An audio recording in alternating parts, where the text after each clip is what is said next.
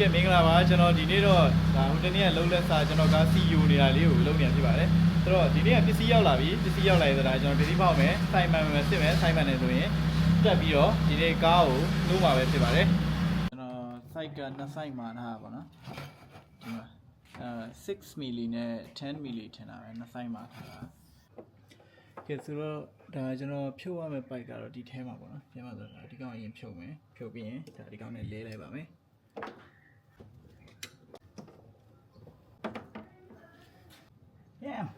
ပြုတ်ပြီစီပိုက်ဟောင်းကတော့ပြုတ်ပါပြီဒါအဟောင်းဖြစ်ပြီးတော့ဒီကောင်ကတော့အသစ်ဖြစ်ပါတယ်ဆိုတော့တိုင်းကြည့်လိုက်အောင် site 2ရဲ့လားပြီးပြီဆိုတော့ဒါနှစ်လေးကြက်လိုက်ပါမယ်ဆိုတော့ဒီမှာဒါnet တစ်လုံးကြက်ပြီးသွားပြီကျွန်တော်အောက်ဘက်မှာပြန် join ရမယ်ပေါ့နော်အပေါ်တစ်လုံးအပေါ်ကဒီ pipe ကို join ပြီးဆိုကျွန်တော်အောက်ကနေနောက်တစ်ခုပြန် join ဖို့လိုပါမယ်ဆိုတော့ကျွန်တော်ကားကိုထဲဝင်ရပါမယ်โอเค pipe ကပြောက်သွားပြီကျွန်တော်ရှာမတွေ့တော့စားနေရအပေါ်ကနေပြန်တက်ကြည့်လိုက်အောင်ဆိုတော့နောက်တစ်ခုကကျွန်တော်ဒါအောက်ထဲဝင်နေရမလို့ဒီအပေါ်ကနေလမ်း join လို့ရပါတော့ join ပြီးမှအောက်ထဲကနေnet ပြန်ကြက်ရမှာပါ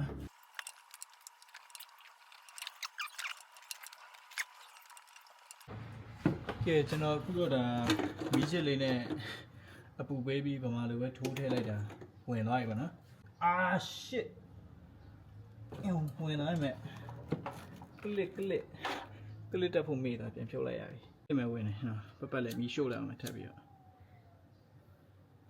ကဲဟိုတကူကတော့အောင်မြင်နဲ့တက်လို့ပြီးသွားပြီဆိုတော့ကျွန်တော်ဒီနောက်တစ်ချောင်းတက်ရမယ်ဒီကောင်ကတော့ဒါပိုက်အကြီးပေါ့နော်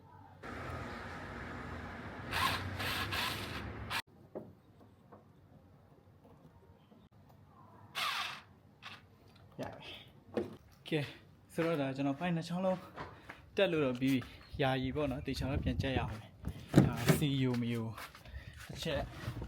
နှိုးကြည့်ပါမယ်ပြိုးကျွန်တော်အခုဒါဆက်နှိုးပြီးသားရေပေါ့နော်